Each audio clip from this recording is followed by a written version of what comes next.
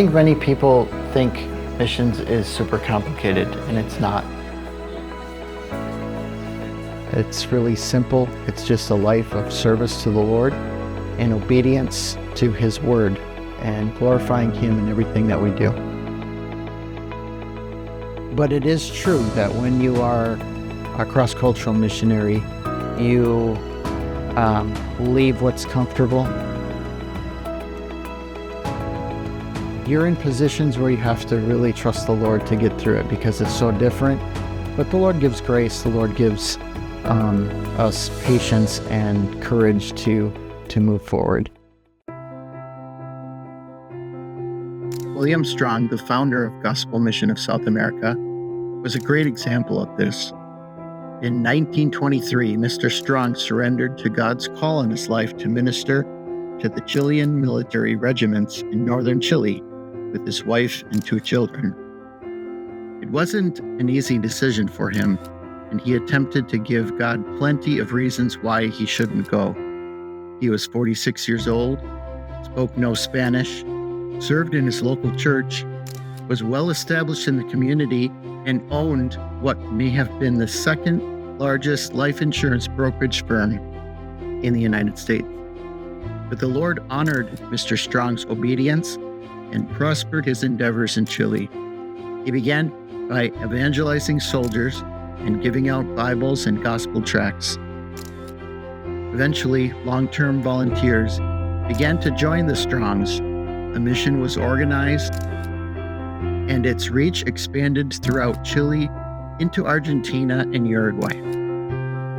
Planting local churches became GMSA's passion, and Bible institutes and Christian camps were established to train leaders and support those ministries.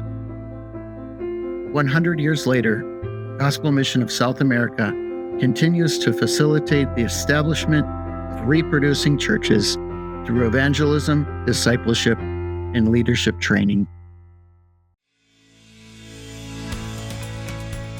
We've been in Chile for 15 years, and we're church planters.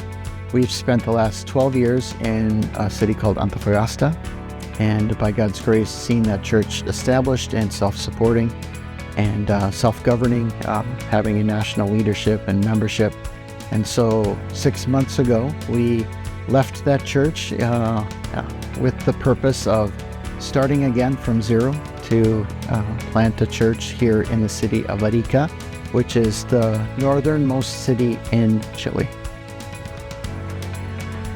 In a new work, just get out there and meet new people. And it's really not complicated. It's not rocket science, but you do need to meet people and look for intentional ways to get into their lives and be a good listener and try to find out what they're interested in and ask them open-ended questions and open up your home, open up your heart, but cross the bridge of the gospel and share it verbally.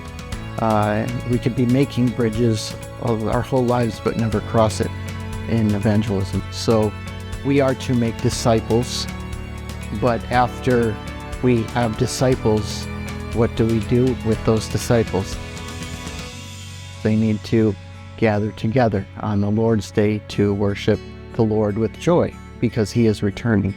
Why is local church planting very, very important? It's because it's important to God, and it's His plan A, and that's what He has chosen to use to demonstrate His glory and to be a witness and salt and light in this world that is watching. God loves the church, and He sent His Son for that. I encourage all of you to participate in the Great Commission. Pray Matthew 9 with us. There is a great need. Pray for more laborers, that the Lord will send more laborers to His harvest. Maybe someone from your church, from your family, maybe even you, to come and help in Chile or in South America or in another part of the world. Is it worth it to give your life to the Lord to serve in church planting? Seeing a soul saved, even just one, is worth it.